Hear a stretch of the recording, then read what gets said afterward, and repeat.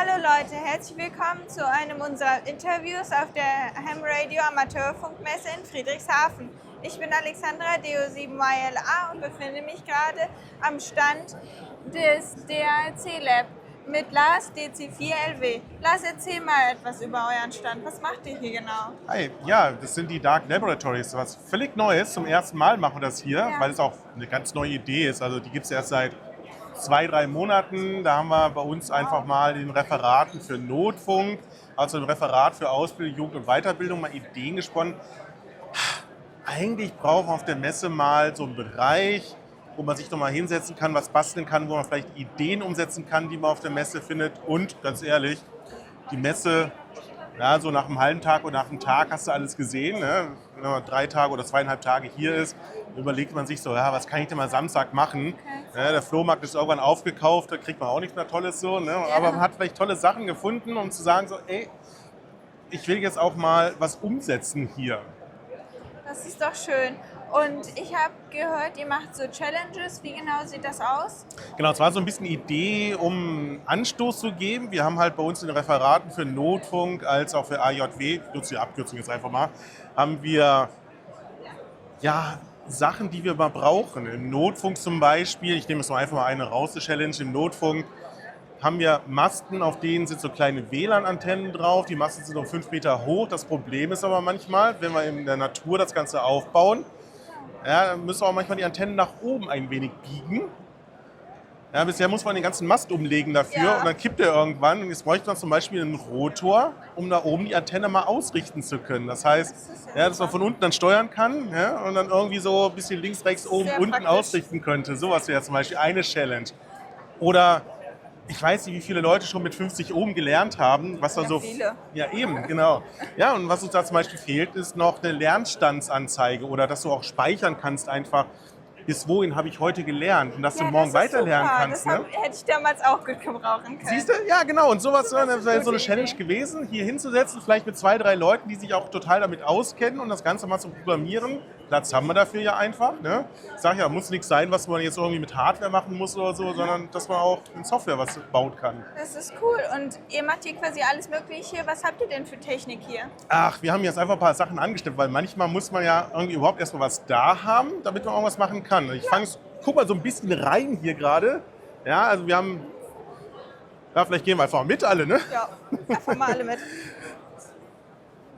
Wir haben jetzt hier einmal eine Ecke mit 3D-Druckern, die auch gerade ganz fleißig sind. Die machen nicht so die kleinen Schiffchen, sondern die machen auch so kleine Sachen zum Mitnehmen. Ne? So ein kleines 50-Ohm-Schildchen, das ich hinstellen kann. Aber es sind auch schon Leute vom Campingplatz gekommen und haben gesagt so, ey, ich brauche doch noch was für meinen Camper, könnt ihr das mal ausdrucken? Also das haben wir heute auch schon hier. Nützlich. Wir haben hier Löttische mit Stationen, die halt von Bella gesponsert sind. Ne? Das ist auch total toll, dass wir Sponsoring haben.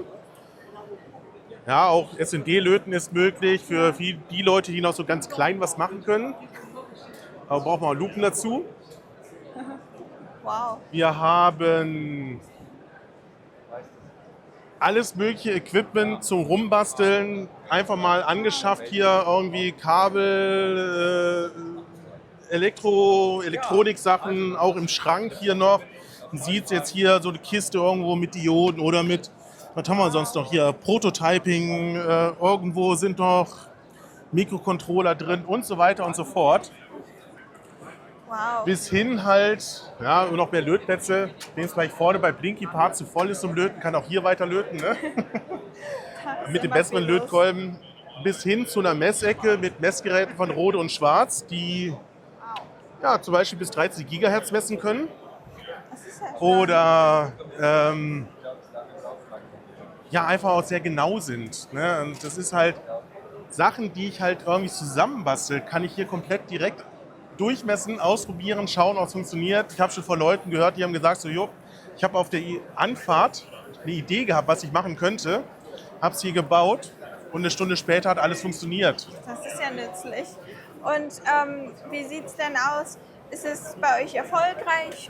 Freuen die Leute sich, dass es euren neuen Stand gibt? Nur positive Reaktionen bisher. Und ich sag mal, der Stand fällt ein bisschen auf hier auf der Messe auch. Ne? Also, das stimmt. du hast ja gerade gesehen, wie er draußen so bunt auch aussieht.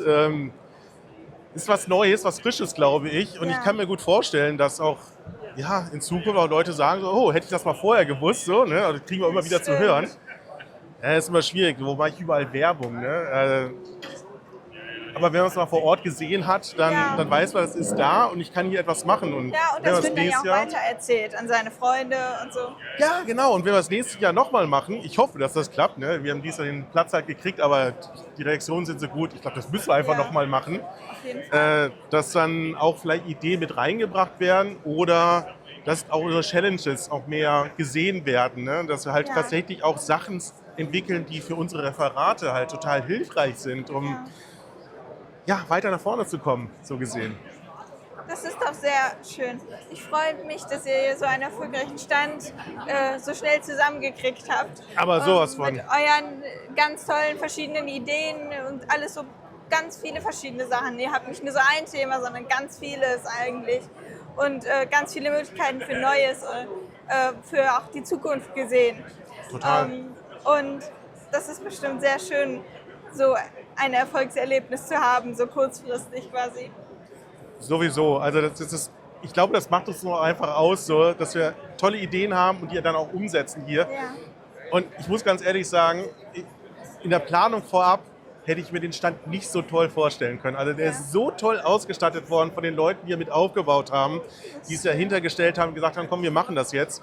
Wir haben einfach nur im Grunde Material hier abgeladen, haben gesagt, so macht mal und ey, super Teil. Ja, okay, das ist doch schön. Dann danke sehr, dass du das Interview mit mir geführt hast. Gerne. Und Leute, ich hoffe, euch hat das Interview gefallen und dann bis dann und 73. Ciao. Ciao.